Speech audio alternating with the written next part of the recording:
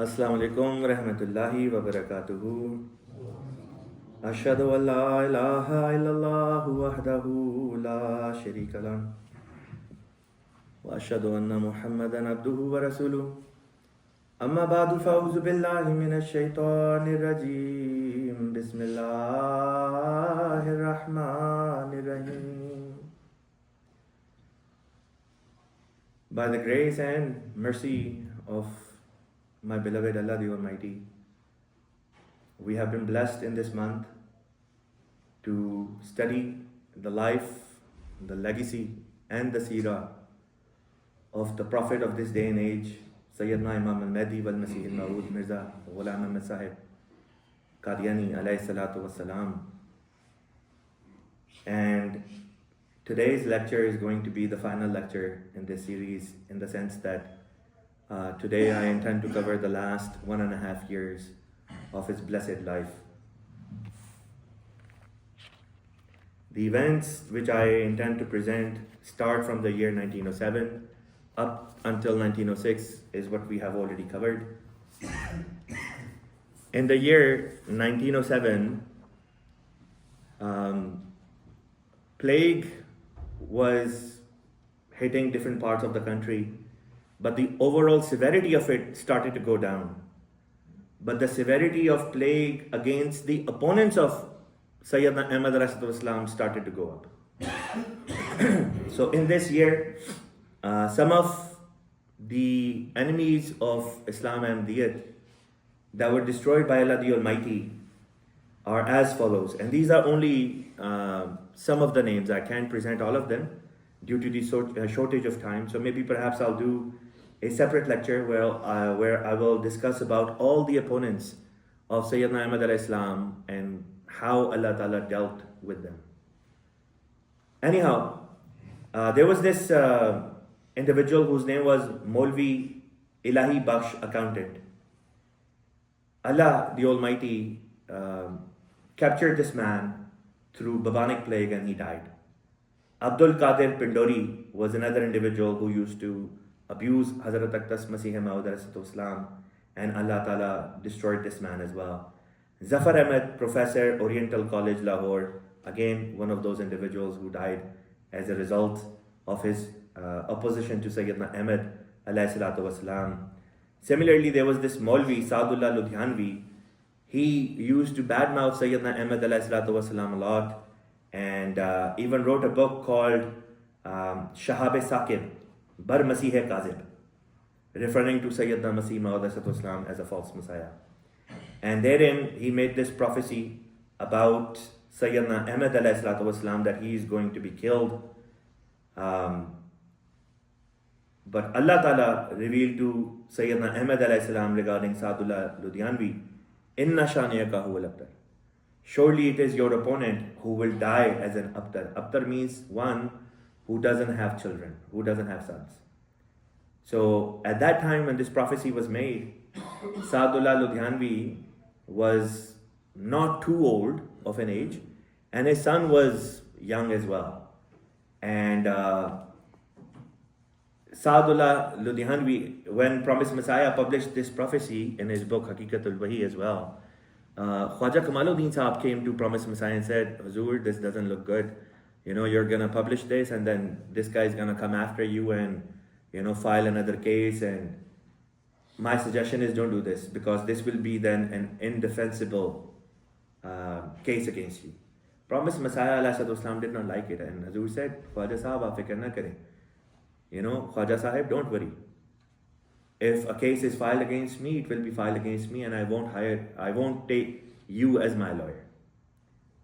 And Promised Messiah ﷺ stated that when Allah Ta'ala reveals something, it is not okay for him to hide it. It has to be revealed to the entire world.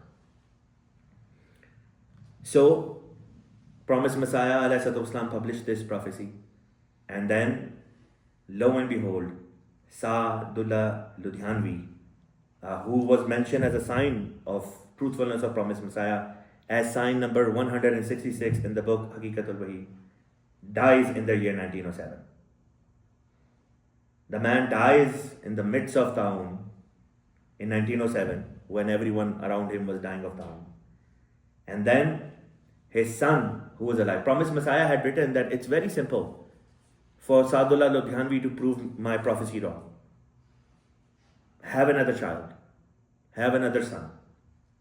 And as you said, if he doesn't produce a son, then his oldest son is young enough or old enough to get married and produce a son.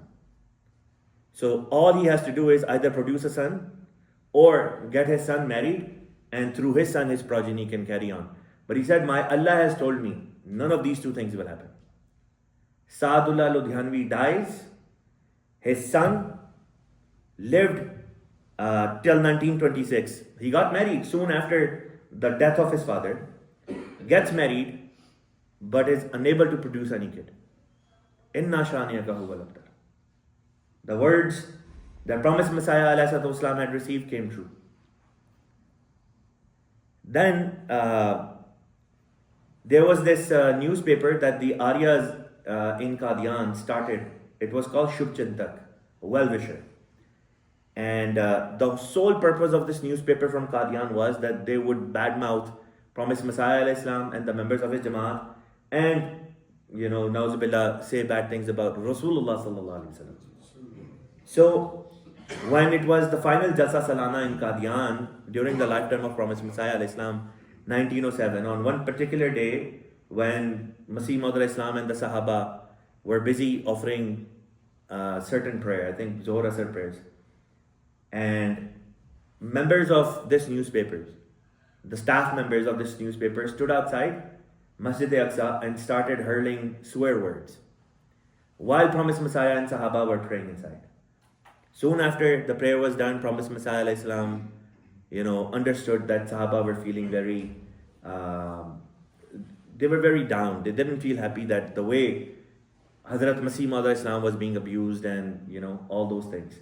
So promised Messiah first turned to the members of his Jamaat and said that, show patience. Inna Allah ma'as sabirin. Allah is with those who show patience. And then addressing the Hindus of Qadian, Hazur said, you have witnessed signs. Lala Malava Mal, Sharampatrai, so on and so forth, have witnessed so many signs. And if they reject it, all they have to do is write it and publish it and say on oath that by God, we have not witnessed any sign. Then promised Messiah said, but I know that they will not agree to this. And they will try to hide this. And if they try to hide the true testimony, Allah will hold them accountable still and will punish them.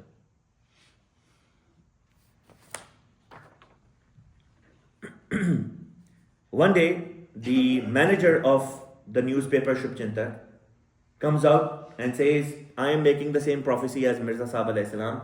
I am not going to get killed of town. He had made this claim, and within days, not even weeks, within days, the entire staff of this newspaper dies of town. Every single one of them. And God Almighty didn't spare their family members as well. Their wives died and their children died. Down to the last one of them. Every single one of them was killed by bubonic plague. The same people that were making the prophecy that nothing will happen to us by ta'un got killed by ta'un, by the hand of God. One member of this newspaper staff was Pandit Somraj. He became sick and the symptoms started to appear. So he reached out to one of the companions of Syedna Ahmad alayhi salam, whose name was Molvi Hakim Ubaidullah Sahib Bismil radiyallahu ta'ala anhu. And he said, please, you take care of me. Do some ilaj. So Hakim Bismil Sahib radiyallahu ta'ala anhu approached Promised Messiah alayhi salam and requested guidance on this matter. Imagine a man who is your opponent, right? And regarding him, your follower comes to you and asks, what should I do? And look at what Promised Messiah does. He says, go for it. Go and do your best. Do his ilaj. Because that's what humanity requires of us. But I am telling you, Allah will not spare this man. 2 days later, that man died. Which at this point is beside the point. The focus that I want to make in this riwayat is that promised Messiah alayhi salam, when it came to his own opponent, look at his uswa. He said, Ilaj kare unka. People in Pakistan and in other places are going after Ahmadi Muslims, going after our possessions, our lives, and everything that they can do to destroy us. What was the uswa of our master, Syedna Imam Mahdi alayhi salam? He taught us, गालियां सुन के दुआ दो, पाके धोखा राम दो, किब्र की आदत जो देखो तुम दिखाओ उनके साथ. That when others are swearing at us, we pray for them. They're trying to hurt us, we try to bring comfort to them. When they show, arrogance, we respond back with humility. And promised Messiah alayhi salatu wasalam was the embodiment of this teaching, through and through. In 1907, another sign happened. There was this young boy whose name was Abdul Karim, and he had come to Qadian to study in the madrasa. And he had come from a very distant place. And he was basically a stranger in a stranger land, right? So he was in Qadian as a foreign student and he was studying, and he got bitten by a mad dog. And he became infected with rabies virus. So he was taken to a certain place for ilaj, and they looked at him. He had not developed any symptoms yet. So they did whatever ilaj they could, and then they sent him back. He came back to Qadian, and then after arriving in Qadian, the symptoms of rabies developed. And it is a medical fact that once the rabies, symptoms of rabies manifest themselves, it is impossible to cure a person. So, looking at his condition, a message was sent, a telegram was sent to the doctor in the hospital where Abdul Karim, this gentleman, Abdul Karim, was previously looked at. And a telegram comes back saying, sorry, nothing can be done for Abdul Karim. Now it is impossible. Now that the symptoms have become visible, they have manifested, nothing can be done for Abdul Karim. Masih Maud ﷺ finds out, and he prays to Allah Ta'ala, and then Allah Ta'ala reveals to him that Allah will save Abdul Karim. Promised Messiah ﷺ mentions it, and nothing happens to Abdul Karim. This gentleman, this young boy, lived up to several decades afterwards. And to this day, it's a medical conundrum. People are not able to understand how is this possible. So, a couple months ago, when we had the God Summit, the Global God Summit, there was a segment just on this particular case as well, where doctors were discussing how it was impossible, yet it came through. In this year, Molvi Sana'ullah Amritsari, Promised Messiah ﷺ had invited him for a prayer dua for mubahila 3-4 times, and every time this guy would run away. Non-MDs make him their spiritual dad. They say that Sana'ullah Amritsari is their spiritual father, right? And this was the condition of their spiritual father, that he ran away from Promised Messiah ﷺ's challenge 4 times. This man was scared to death. He knew the moment he would enter mubahila with Syedna Ahmad ﷺ, irrespective of the fact how old Promised Messiah ﷺ was, he knew he would be signing his death warrant in the court of Allah Ta'ala. He will be busted by Allah Ta'ala. I have recorded a separate lecture. Inshallah Ta'ala, at this point, in this lecture, I'll tag the link. Anyone who hasn't listened to it yet, you can listen to the details of what happened with Molvi Sa'adullah Ludhianvi from there.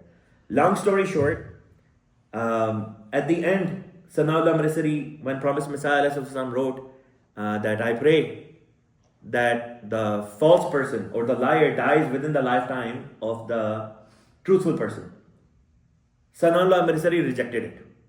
He said, no sir, I cannot accept that, because Holy Prophet ﷺ was a true claimant, and he died while Musaylima Kazab outlived him, who was a false claimant. So Allah Ta'ala then made that thing happen. He forgot in that moment that Holy Prophet ﷺ and Musaylima al-Kazab never had any mubahila. There was no prayer duel between Holy Prophet ﷺ and Musaylima.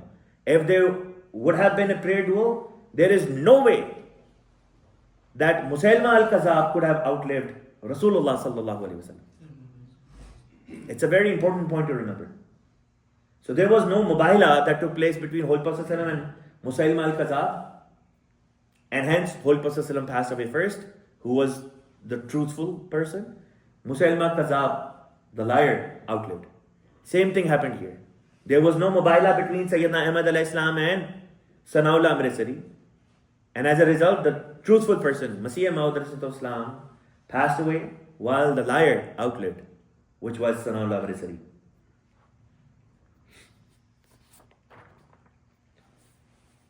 There was, in yesterday's lecture, I had mentioned how Promised Messiah Islam had received revelation about the Taqsim-e-Bengal, the division of Bengal, and how eventually the British government will reverse its decision against all odds. And people were making fun of this prophecy. So when Bengal was divided, there were anti-government protests taking place throughout the country. Hazrat Masih Maud Islam strongly advised the members of his Jamaat, his community, not to participate in such protests.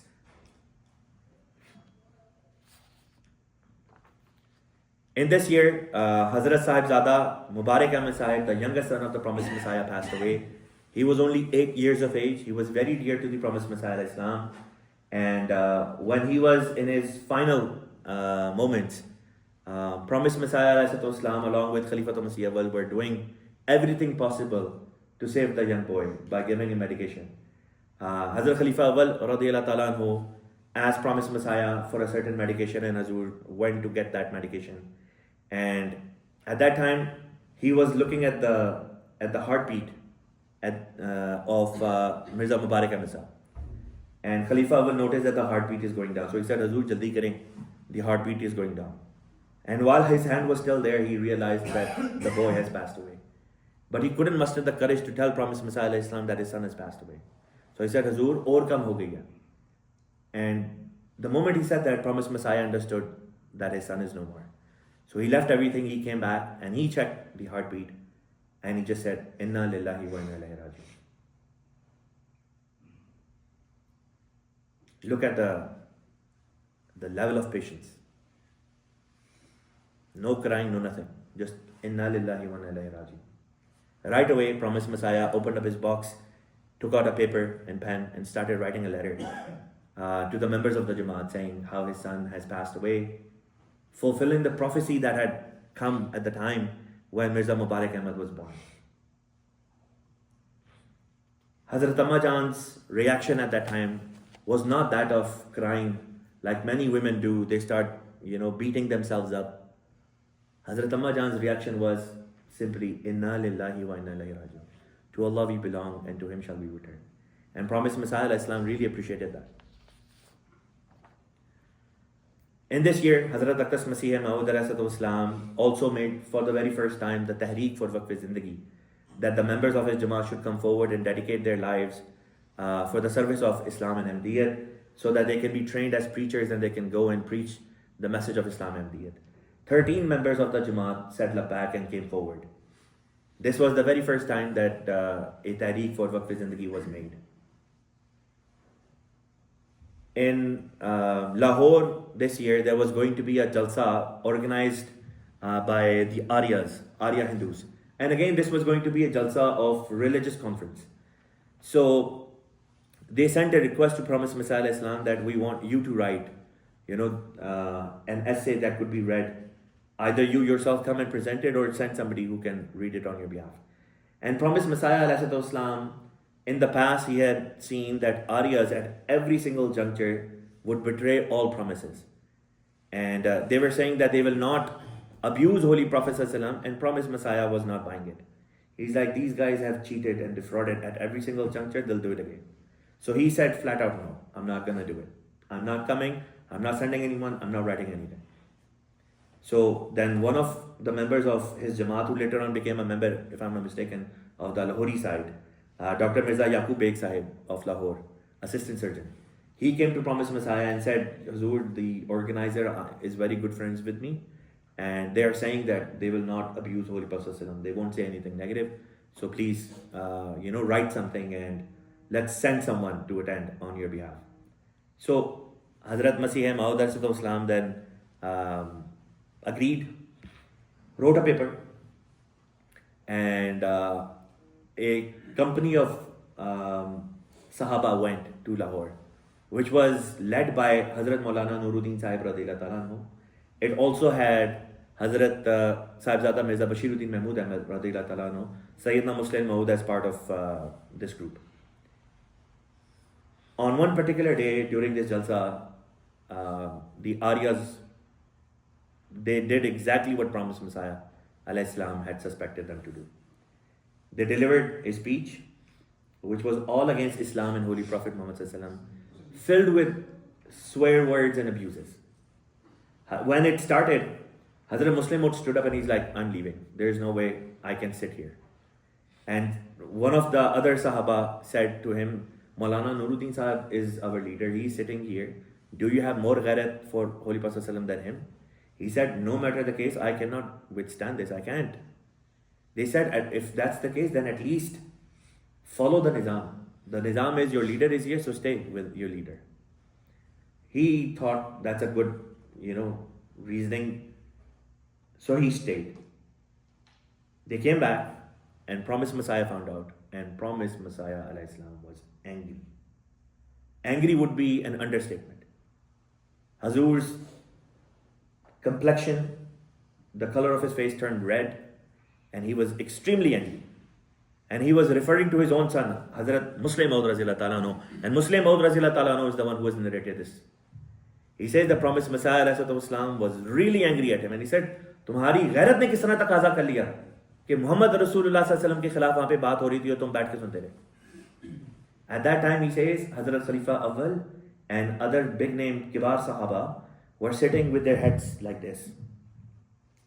Nobody could dare look at the face of Promised Messiah. Everyone was scared. And Hazrat Masih Maud Islam took out his anger at Hazrat Muslim Maud, saying, how could you? You should have left, no matter the consequences. At that time, Sahaba were crying, they apologized to Huzur. And after some time, then Promised Messiah alayhi salam's anger subsided, and then he forgave them. This was his ghairat for his master, Holy Prophet Muhammad sallallahu alaihi wasallam. We are the members of the Jamaat of Masih Maud alayhi salam. Our ghairat should dictate, should require of us that we also do not sit in such gatherings where Holy Prophet sallallahu alaihi wasallam's name is being abused, or the name of Hazrat Masih Maud alayhi salatu wasalam is being abused, or that of our Khalifa is being abused. Now, as for why Hazrat Khalifa Masih Awwal radhiyallahu ta'ala anhu decided to stay, in his mind, he was of the opinion that whatever these guys are saying, we would have to respond back. So we need to know what is being said here. This was his humble opinion, which turned out to be wrong.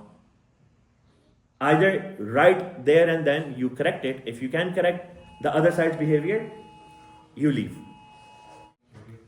So, in the year 1907 was the last Jalsa Salana from the life of Promised Messiah alayhi salatu wasalam.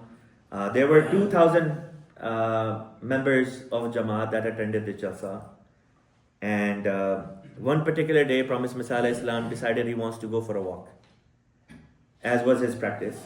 He came out for a walk, and now imagine thousands of people are there. And it was very difficult for him to walk because it was just so crowded. So Promised Messiah, after going a little further, decided to just stand under the shade of a tree.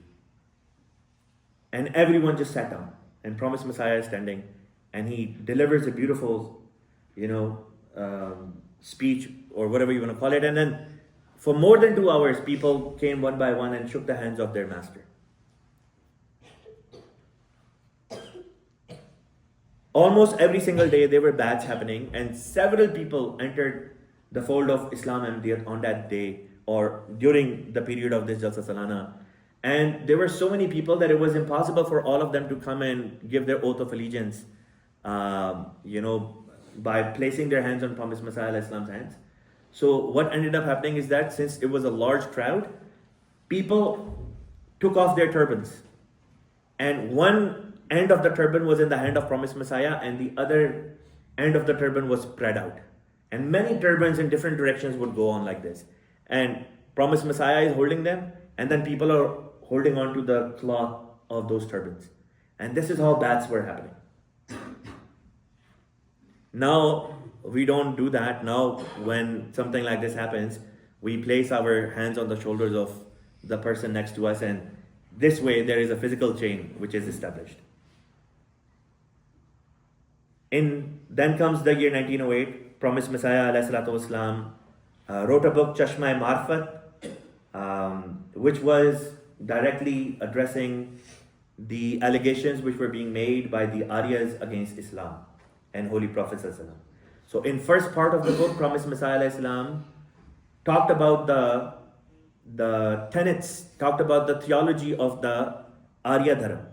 And then in the later part of the book, the second part of the book, he addressed the allegations that they were making against Islam.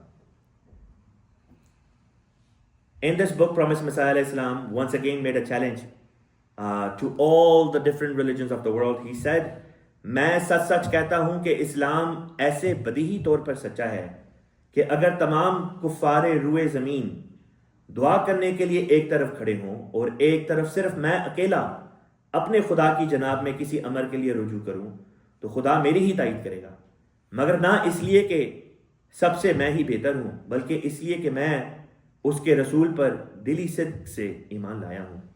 He said, if all the disbelievers that are alive on the face of the earth were on one side and I alone on the other side, and we all pray about a certain matter, Allah will listen to my prayer and not to the prayer or supplications of all the disbelievers of the world combined. He said, not because I am better than these people, but because I have completely submitted to Holy Prophet ﷺ and have believed in him like no other. In the year 1908, Hazrat Aqdas Masih Maud ﷺ found out another sign which proved that Baba Nanak Rahmatullah Alayhi was indeed a Muslim saint.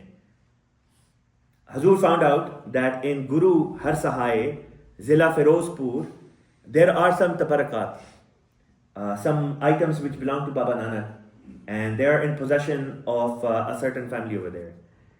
These possessions included a tasbih, prayer beads, and a poti. Poti is like a small bag. When it was opened, in it was a Holy Quran, a copy of the Holy Quran that Baba Nanak Rahmatullah used to recite. This Quran was very small. It was 3.5 inches wide and about 4.5 inches long. And after this, Promised Messiah Islam then sent a wafad. He sent a few Sahaba to go and look at this for themselves and then come back and report. And Mufti Muhammad Sadiq Sahib Raziyallahu Ta'ala Anhu was in charge of this small team that went and came back and then reported. So Promised Messiah then mentioned that in his writings as well. In Qadian, some foreign tourists would come and go and do the ziyarat of Syedna Ahmad alayhi salatu wasalam, go and meet him. One such individual came from Chicago, which is not too far from here. And the name of this person was Mr. George Turner, along with his wife. And they came to Qadian and then went to Promised Messiah and asked a few questions. And after spending some time, they left. Similarly, a person by the name of Mr. Bouncer, who was a Scottish man, also arrived in Qadian to meet Syedna Ahmad alayhi salatu wasalam and then left. Hazrat Amma Jan radiyallahu ta'ala anhu became sick. And she expressed her desire to be seen by a lady doctor in Lahore. So she said to the Promised Messiah ﷺ, take me to Lahore, I want to go there, plus a change of scenery would be good as well. Similarly, a person by the name of Mr. Bouncer, who was a Scottish man, also arrived in Qadian to meet Syedna Ahmad alayhi salatu wasalam and then left. Hazrat Amma Jan radiyallahu ta'ala anhu became sick. And she expressed her desire to be seen by a lady doctor in Lahore. So she said to the Promised Messiah ﷺ, take me to Lahore, I want to go there, plus a change of scenery would be good as well. Promised Messiah ﷺ had been receiving revelation from Allah Ta'ala that the time of his demise is at hand. It's very near. So he was avoiding traveling outside of Qadian. Naturally, he loved Qadian a lot, and his desire was to stay in Qadian. But Hazrat Amma Jan's desire was to go to Lahore. And so Promised Messiah asked his daughter, Hazrat Nawab Mubarakah Begum Sahiba, to pray. She was very young, around 10 or so, 10, 12 years of age. So he asked her to pray and said, if Allah Ta'ala shows you a dream, whatever dream you see, you come and tell me. So Hazrat Nawab Mubarakah Begum Sahiba started praying, and one day she sees a dream, and then in the morning she comes and tells her Abba. She tells Hazrat Masih Maud Islam. She says, I saw a dream in which I am on the chubara, on the roof of the household, on the upper floor. And I see that Maulana Nuruddin Sahib Radhiyallahu Ta'ala anhu is holding a book in his hand, and he says that, look, in this book, Promised Messiah alayhi salam has written his revelations about me, and I am Abu Bakr. This dream was a clear-cut indication that Masih Maud alayhi salatu wasalam will pass away, and based on revelations, Hazrat Maulana Nuruddin radhiyallahu ta'ala anhu is going to be the first Khalifa, the way Hazrat Abu Bakr radhiyallahu ta'ala anhu was the first Khalifa after Rasulullah sallallahu alaihi wasallam. So Promised Messiah hears this dream and tells his daughter, Apni amma ko ye khab na sunana. Don't tell your mother about this dream. And then afterwards, Hazur makes the plan, and they all travel to Lahore. The journey to Lahore happened on the 27th of April 1908, and just when Promised Messiah along with his family members were leaving Qadian, Promised Messiah alayhi salam stood outside the room, that the kotri, where he would oftentimes write books. He looked at the room one last time, shut the door himself, and said, Ab hum isko nahi khulenge. It will not be me who will open this door now. Which insinuated that Promised Messiah alayhi salatu wasalam knew that during this journey he will be passing away.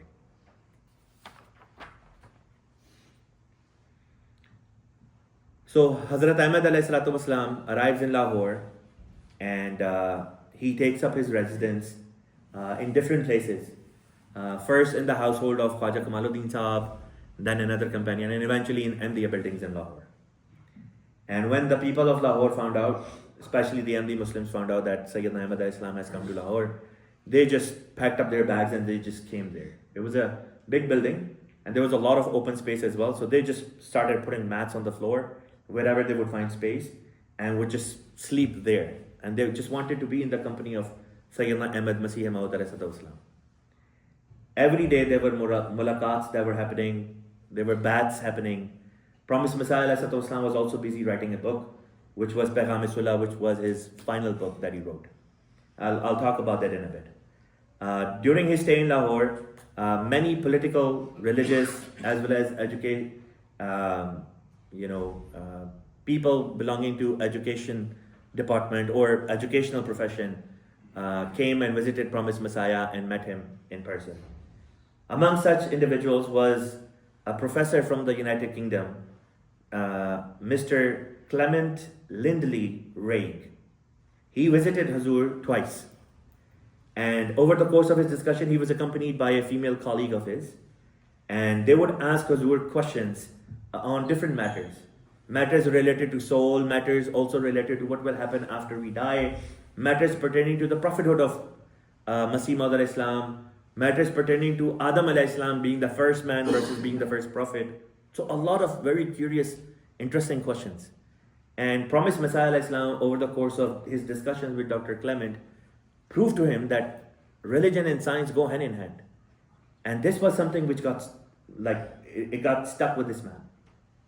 Eventually this man leaves, and later on becomes an MD and died an MD. In Lahore, there was a public lecture that Promised Messiah alayhi Islam delivered, wherein many rich people of Lahore came, people of influence came through, umara, vukala, lawyers, barristers, you name it. People of influence were invited and they showed up. And it was a huge success in the sense that a lot of people showed up, and Promised Messiah himself addressed this gathering, right? And this was the last public lecture that Promised Messiah delivered. And then in this lecture, Promised Messiah shed ample light on his prophethood, the type of prophethood which he was claiming. He was not claiming to be a prophet made independent prophet. He wasn't claiming that he has brought a new Sharia. He wasn't claiming any of these things. He wasn't claiming that he is a prophet and he has started a new religion. The prophethood which he was claiming was that he is subordinate to Rasulullah Sallallahu Alaihi Wasallam. And whatever he has received because of Holy Prophet Sallallahu Alaihi Wasallam. And he is here to follow the Sharia of Rasulullah Sallallahu Alaihi Wasallam and spread the Sharia of Rasulullah Sallallahu Alaihi Wasallam into the whole world. That's the sole purpose for his coming. But the editor of Akhbar Lahore published a paper or a report in the paper of 23rd of May 1908 in which he falsely claimed that Masih Maud Islam has backtracked his claim of prophethood. So Promised Messiah finds out, and same day he writes a letter to the editor and says, you are making a mistake, correct it. I did not say what you're claiming I said.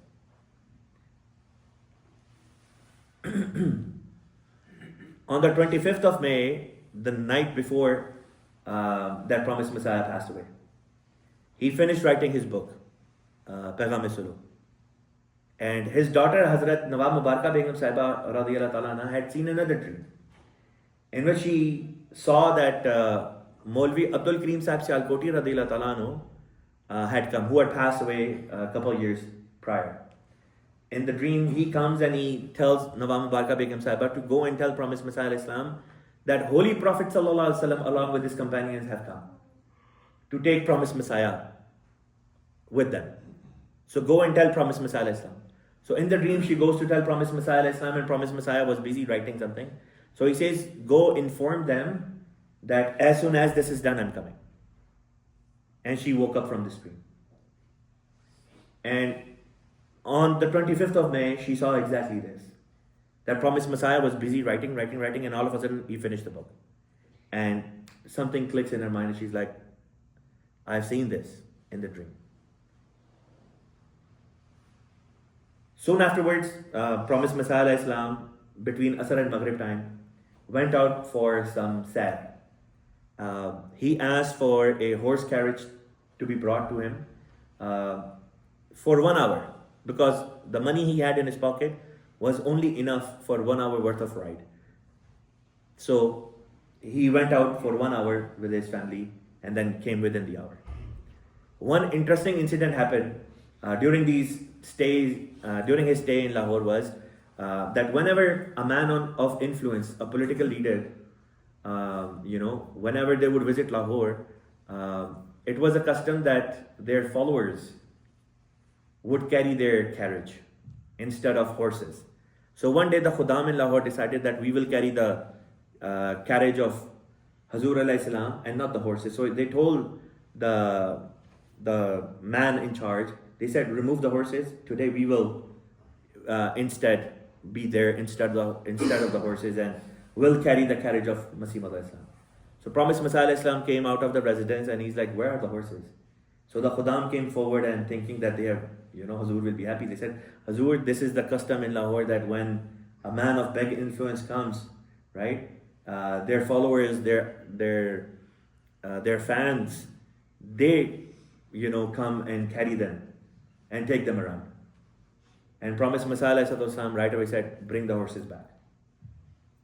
I am not sent to turn humans into animals. I am sent by Allah Ta'ala to turn animals into humans. Meaning, Promised Messiah Islam stated that I am not sent into this world so that humans be treated like animals.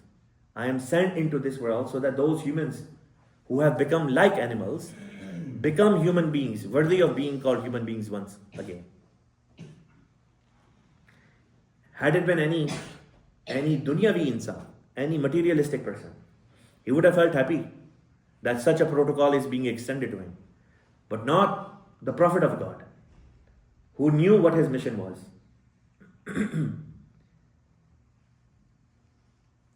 Promised Messiah alayhi salam, after arriving in Lahore, received 3 ilhamat or revelations about his death. He received on the 9th of May the following revelation: Ar-Rahil thumma Rahil, the time to depart, the time to depart. Then on 17th of May, he received the revelation: Makun takiya bar umre na paidar. Don't rely on this umr. Don't rely on this life, which is very fragile. And then on the 20th of May, he received another ilham: Ar-Rahil thumma Rahil wal mautu qareeb. The time to depart, the time to depart. Death is at hand.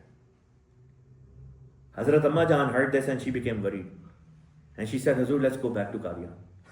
At that point, Promised Messiah was still writing Paighām Suluh. And he said to her, now we will go back when Allah Ta'ala takes us back. On the 25th of May, after going for the Sayr, when him and his family came back, Promised Messiah offered Maghrib and Isha Salat, and afterwards had something to eat. And he had barely taken a few morsels of food. Chand nawale liye the ke Hazur had a bowel movement. And afterwards Hazur became very weak. So he retired to the room. And Hazrat Amma Jahan, his wife, his blessed consort, was with him. And after some time, Hazur woke up and he felt the need to use the washroom again, which he did. And then he became even more exhausted. So Hazrat Amma Jahan woke up and she started massaging the feet of the Promised Messiah alayhi salam to bring him some comfort. And Promised Messiah alayhi salatu wasalam fell asleep for a little bit, but then his condition started to worsen. So Hazrat Amma Jahan asked if she should call Maulana Hakim Nuruddin Sahib radhiyallahu ta'ala anhu. And Promised Messiah alayhi salam said yes. And Hazur also said, Mahmud ko jaga lo. Wake Mahmud up, who was the son of Promised Messiah alayhi salam, Syedna Khalifatul Masih Sani. So both of these individuals came and very respectfully, stood by Promised Messiah alayhi salatu wasalam. Then the following doctors were also called upon: Dr. Sayyid Muhammad Hussain Shah Sahib, Dr. Mirza Yaqub Beg Sahib as well. And Promised Messiah turned towards Mirza Yaqub Beg Sahib, Dr. Mirza Yaqub Beg Sahib, and said, he said, हकीकत में दवा तो आसमान पर है, आप अलबत्ता दवा भी करें और दुआ भी करें. The real cure is in the heavens with Allah Ta'ala. But nonetheless, you also do whatever you possibly can and also pray. And so this was Hazur's condition. Soon afterwards, his throat became very dry, his throat and tongue. And it was very difficult and painful for Hazur to speak. So Hazur, the only thing people could hear Hazur murmur was, Allah, mere pyare Allah, my God, my beloved God. In Tarikh Ahmadiyat it is stated at this point, and I will read from this, Hazur alayhi salam ke sab khudam us waqt mustaribul hal the, kuch dawa वगैरह में मसरूफ़ थे और अक्सर नमाज तहज्जुद पढ़ रहे थे. सुबह के वक्त हज़रत साहिबजादा मिर्ज़ा बशीर अहमद साहिब ने हज़रत अक़दस के चेहरे मुबारक पर नज़र डाली तो उनका दिल बैठ गया, क्योंकि आपको यकीन हो गया था कि ये मर्ज़ुल मौत है. इस वक्त हजूर बहुत कमज़ोर हो चुके थे. डॉक्टर ने नब्ज़ देखी तो नदारत, सब समझे कि वफ़ात पा गए. यकदम सब पर एक सन्नाटा सा छा गया, मगर थोड़ी देर बाद नफ्स में फिर हरकत पैदा हुई, मगर हालत बदस्तूर नाजुक होती गई. कोई 5 बजे के करीब हज़रत नवाब मोहम्मद अली खान साहब भी आ पहुँचे, जो हजूर के दामाद थे. उस वक्त हजूर का बदन गर्म था और घबराहट थी, मगर हवास पूरी तरह कायम थे. आहिस्ता आहिस्ता बोलते थे. नवाब साहब के पहुँचने पर हजूर ने 2-1 दफ़ा करवट बदली, आँख मुबारक खोली और उनकी तरफ देखा. नवाब साहब ने अस्सलाम वालेकुम अर्ज़ किया, जिसके जवाब में हजूर ने वालेकुम अस्सलाम फरमाया. इतने में सुबह हो गई और हज़रत मसीह मऊद अलैहिस्सलाम की चारपाई को बाहर सेहन से उठाकर अंदर कमरे में ले आए. जब ज़रा रोशनी हो गई तो हजूर अलैहिस्सलाम ने पूछा, क्या नमाज का वक्त हो गया है? अर्ज़ किया गया कि हजूर हो गया है. इस पर हजूर ने बिस्तर पर ही हाथ मारकर तयम्मुम किया اور لیٹے لیٹے ہی نماز شروع کر دی۔ اسی حالت میں تھے کہ غشی سی طاری ہو گئی اور نماز پوری نہ کر سکے۔ تھوڑی دیر بعد حضور نے پھر دریافت فرمایا کہ صبح کی نماز کا وقت ہو گیا ہے؟ عرض کیا گیا حضور ہو گیا ہے۔ آپ نے پھر نیت باندھی اور لیٹے لیٹے نماز ادا کی۔ اس کے بعد نیم بے ہوشی کی کیفیت جاری رہی، مگر جب کبھی ہوش آتا تھا وہی الفاظ اللہ میرے پیارے اللہ سنائی دیتے، اور ذوف لہجہ بلہجہ بڑھتا چلا گیا۔ غالباً 8 یا 8:30 بجے اور ایک روایت کے مطابق 7:30 بجے ڈاکٹر نے پوچھا کہ حضور کو خاص طور پر کیا تکلیف محسوس ہوتی ہے، مگر حضور زبان سے جواب نہ دے سکتے تھے، اس لیے کاغذ قلم دوات منگوائی گئی اور حضور علیہ السلام نے بائیں ہاتھ پر سہارا لے کر بستر سے کچھ اٹھ کر لکھنا چاہا، مگر بمشکل چند الفاظ لکھ سکے اور پھر بوجہ ذوف کے کاغذ کے اوپر قلم گھسٹتا ہوا چلا گیا اور حضور علیہ السلام پھر لیٹ گئے۔ کاغذ پر جو غالباً حنائی رنگ کا تھا حضور نے یہ لکھا تھا تکلیف یہ ہے کہ آواز نہیں نکلتی، کوئی دوا دی جائے۔ یہ الفاظ سید مہدی حسین صاحب جو اس وقت پلنگ کے سرہانے کھڑے تھے کاغذ پر تحریک دیکھے بغیر قلم کی روانی اور حرکت کی وجہ سے ساتھ کے ساتھ پڑھتے گئے۔ 9 بجے کے قریب حضور علیہ السلام کی حالت زیادہ تشویشناک ہو گئی اور تھوڑی دیر کے بعد نزع کی حالت طاری ہو گئی۔ غرغرے میں کوئی آواز وغیرہ نہیں تھی، بلکہ صرف سانس لمبا لمبا اور کھچ کھچ کر آتا تھا۔ حضرت ام المومنین رضی اللہ تعالی عنہا اس وقت دعا میں مصروف تھیں، کبھی سجدے میں گر جاتی اور بار بار یہی کہتی تھیں کہ اے حیو قیوم خدا، اے میرے پیارے خدا، اے قادر مطلق خدا، اے مردوں کو زندہ کرنے والے خدا، تو ہماری مدد کر۔ اے واحد لا شریک خدا، اے خدا میرے گناہوں کو بخش، میں گنہگار ہوں۔ اے میرے خدا میری زندگی بھی تو ان کو دے دے، اے میرے خدا میری زندگی بھی تو ان کو دے دے۔ میری زندگی کس کام کی ہے، یہ تو دین کی خدمت کرتے ہیں، میری زندگی بھی ان کو دے دے۔ بار بار یہی الفاظ آپ کی زبان پر تھے، اور اخیر میں جب کہ نزع کا آخری وقت بالکل قریب تھا آپ نے فرمایا اے میرے پیارے خدا یہ تو ہمیں چھوڑتے ہیں، اے میرے پیارے خدا یہ تو ہمیں چھوڑتے ہیں مگر تو ہمیں نہ چھوڑی۔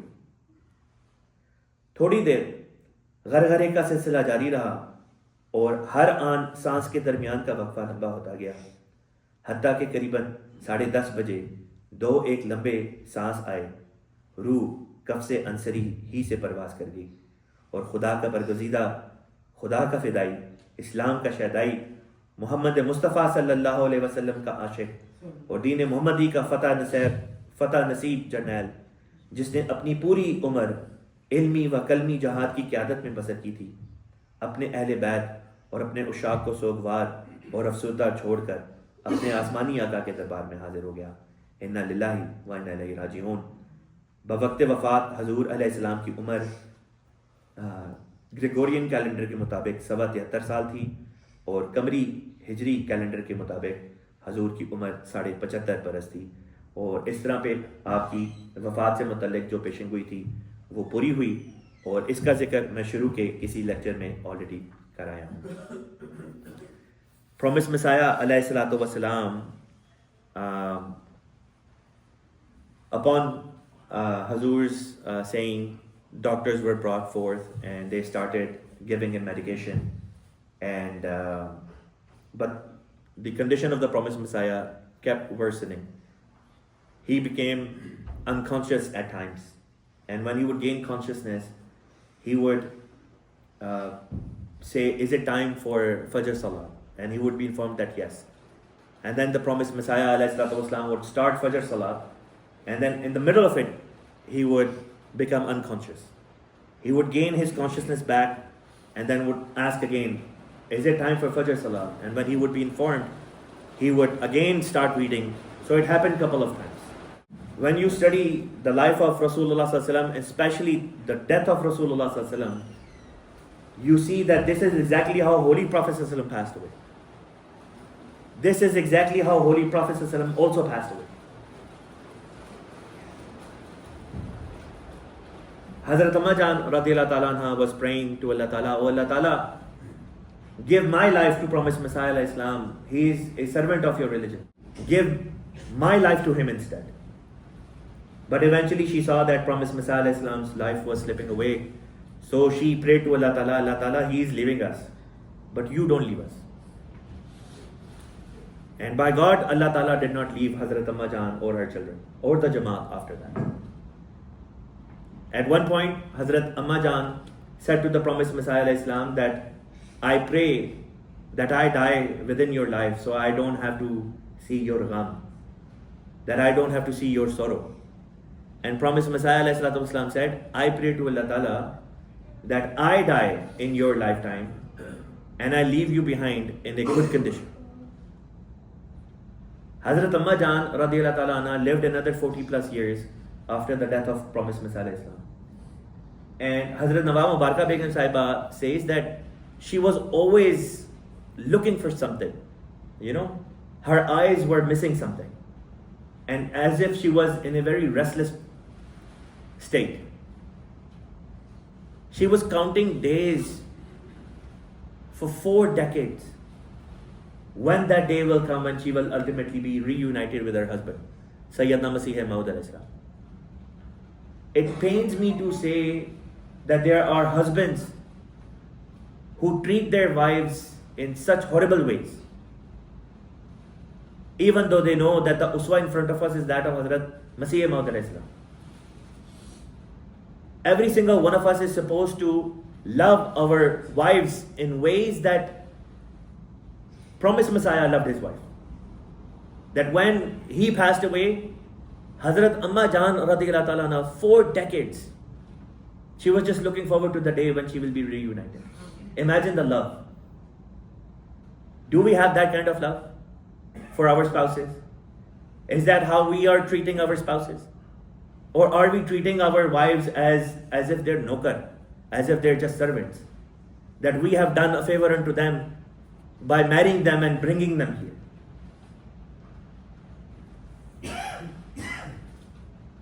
Adopt the ways of promised Messiah alayhi salatu wasalam.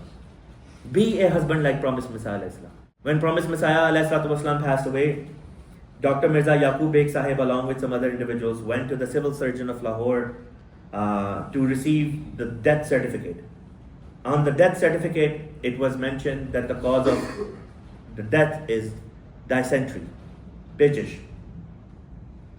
And this death certificate was certified and approved by the chief of the medical college, Major Dr. Sutherland.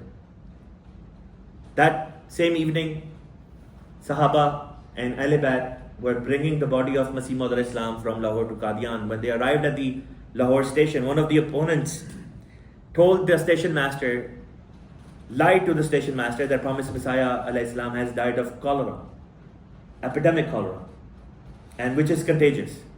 So the station master said, oh, if that's the case, then the body cannot be put on the train, it cannot be taken to Qadian. Right away, the death certificate was provided. He looked at the death certificate and he had no other way but to allow the dead body of promised Messiah to be carried on the train to Qadian. When promised Messiah passed away and the word got out in Lahore, there were people in Lahore so shameless that they made effigies of promised Messiah alayhi salam and started dancing and chanting. And these were Muslims. These people were Muslims. This is how people reacted. Think of it. Is this what Rasulullah sallallahu alaihi wasallam taught? Na'uzubillah? Of course not. When a Jewish man's janaza was going, Holy Prophet sallallahu alaihi wasallam stood up in sign of respect. And the companion said, Ya Rasulullah, this is the funeral of a Jewish man. He said, so what? Was he not a human being? This was the uswa of my master, Holy Prophet sallallahu alaihi wasallam. But this was not what these people were following. Anyhow, the body is brought to Qadian, and promised Messiah's eldest son from his first wife, Mirza Sultan Ahmad Sahib, receives ilham 3 times, which insinuated that his father has passed away. So he came to Qadian as well, and eventually at Amritsar station, when he arrived from one train, from the other train, the body of promised Messiah arrived. So they met there, and then together they went to Qadian. This was 27th of May. Promised Messiah passed away on the 26th. 27th of May is when the body arrives in Qadian. And one of the first things that the Sahaba did is that there were 1200 Sahaba present in Qadian, including the members of the Ahl Bayt, the household of Promised Messiah Islam, and collectively they elected Hazrat Maulana Nuruddin Sahib radhiyallahu ta'ala anhu as the first Khalifa. They said, Hazur, please take our bath. Hazur said, everyone, first he said, I'll pray on it. Hazur went to a different room, prayed on it, and then came and said only one thing. He said, let's all go where the body of our master is. So they all came where the body of Masih Maud Islam was. And then it was mentioned, it was read out that we want to do the bath of Maulana Nuruddin radhiyallahu ta'ala anhu. He's the most knowledgeable man amongst us and the most muttaqi, righteous amongst us. So Hazrat Khalifa Awal said, you can do the bath of any of these people. But if you're willing to do my bath, then know that bath means signing yourself over unto me. Then you have to do whatever I tell you to do. They all agreed. And then they all did unanimously. They all did the bath of Khalifatul Masih Awal, and an announcement went out in the Jamaat newspaper saying that based on Risala al-Wasiyat, we have done the bath of Maulana Nuruddin radhiyallahu ta'ala anhu as Khalifatul Masih Awal. So this was the first consensus that took place in Jamaat-e-Anbiya, that after Masih Maud there has to be Khilafat, and Khalifa Awal, Maulana Nuruddin Sahib, is that individual. There was prophecy in Surah An-Nur verse 56 about establishment of Khilafat. Holy Prophet ﷺ in several ahadith had mentioned clearly a time will come when Allah will re-establish Khilafat ala minhaj an-nubuwwah. Promised Messiah in his writings throughout his life had mentioned, like for example in one of his Arabic books he wrote that khulafa min khulafaihi, that a caliph from among the caliphs of Imam Mahdi alayhi salam will visit Syria, and this prophecy was fulfilled when Khalifatul Masih Sani visited Syria. So he was talking about Khilafat after him, and Risala al-Wasiyat was of course there, in which he very openly stated. All the individuals accepted from Khalifatul Masih Awal as Khalifatul Masih Awal. They did the bath of Khalifatul Masih Awal as Khalifa. But when Khalifatul Masih died, Khalifatul Masih Awal died, a faction of Jamaat left Jamaat and started their own thing in Lahore. And now they are known as Lahorians or Lahori Jamaat. And they basically did inhiraf from the writings and the teachings of Masih Maud alayhi salatu wasalam. Some allegations which are raised against Masih Maud alayhi salatu wasalam's passing by non-MDs include that he died of a objectionable death. Allah Ta'ala says, Holy Prophet ﷺ has mentioned in Sahih al-Bukhari that there are 5 types of shuhada, and one of them is al-maqtoon. Those individuals who die of stomach ailment are considered shaheed in the eyes of Allah Ta'ala. And promised Messiah ﷺ died of an ailment of his stomach. So according to Rasulullah ﷺ, his death is a noble death, is that of a shaheed that non-MDs are alleging allegations against. Then they bring an ibarat, an excerpt from the book Hayat Nasir, in which it is mentioned. Hayat Nasir is the book about the life of Hazrat Amma Jan's father, in which it is mentioned that at the time, when Promised Messiah was in his final moments, his father-in-law was nearby, and Hazur looked at him and said, Mir Sahib, mujhe wabai haza ho gaya hai. That Mir Sahib, am I struck with the epidemic cholera? This was a question, not a statement. And yet non-MD say, no, this was a statement. Even if it was a statement, we say it wasn't, it was a question. Even if it was a statement, hypothetically speaking, look at what the doctors were saying, that this was not epidemic cholera. They were saying this is dysentery.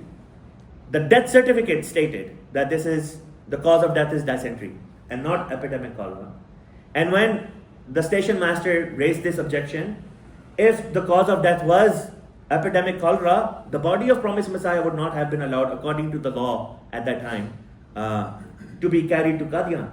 His body being allowed to be carried to Qadian shows that the cause of the death was not epidemic cholera. Then they say that Promised Messiah used washroom in his room, where eventually he passed away. How did people used to go to washroom when they were sick 100 years ago? Or even now in certain rural areas? How did Holy Prophet ﷺ use washroom when he was sick and in his final days. Ahadith talk about it. They say that there was a pan under the bed of Rasulullah sallallahu alaihi wasallam, which Hazrat Aisha radhiyallahu ta'ala anha would take out, and Holy Prophet sallallahu alaihi wasallam would relieve himself in that pan, in that room. The same allegation these people are making in their animosity against Masih al-Islam is falling on Rasulullah sallallahu alaihi wasallam. Shame on these people. In their animosity, they don't think what they're doing. And this is how the life of Masih al-Islam came to an end. Many newspapers spoke about it, wrote about it, and this is how a prophet of God left this world. Holy Prophet ﷺ, when he was passing away, he kept saying, Allahumma rafiq al-ala, Allahumma rafiq al-ala, towards my friend, my Allah, towards my friend, my Allah. And what was promised Messiah saying? Allah, mere pyare Allah, Allah, my beloved Allah. Holy Prophet ﷺ was praying, Masih al-Islam was praying. So, even the manner in which they both passed away is very similar. Yet these people, in their animosity, raise allegation. With this, by the grace and mercy of Allah Ta'ala, Alhamdulillah, Summa Alhamdulillah, the life of Ahmad alayhi salatu wasalam series comes to an end. And I am very grateful to all of you that you've come. And many of you have been here every single day and have been part of this lecture series. May Allah Ta'ala bless you all. Please join me in dua. Dua kareem.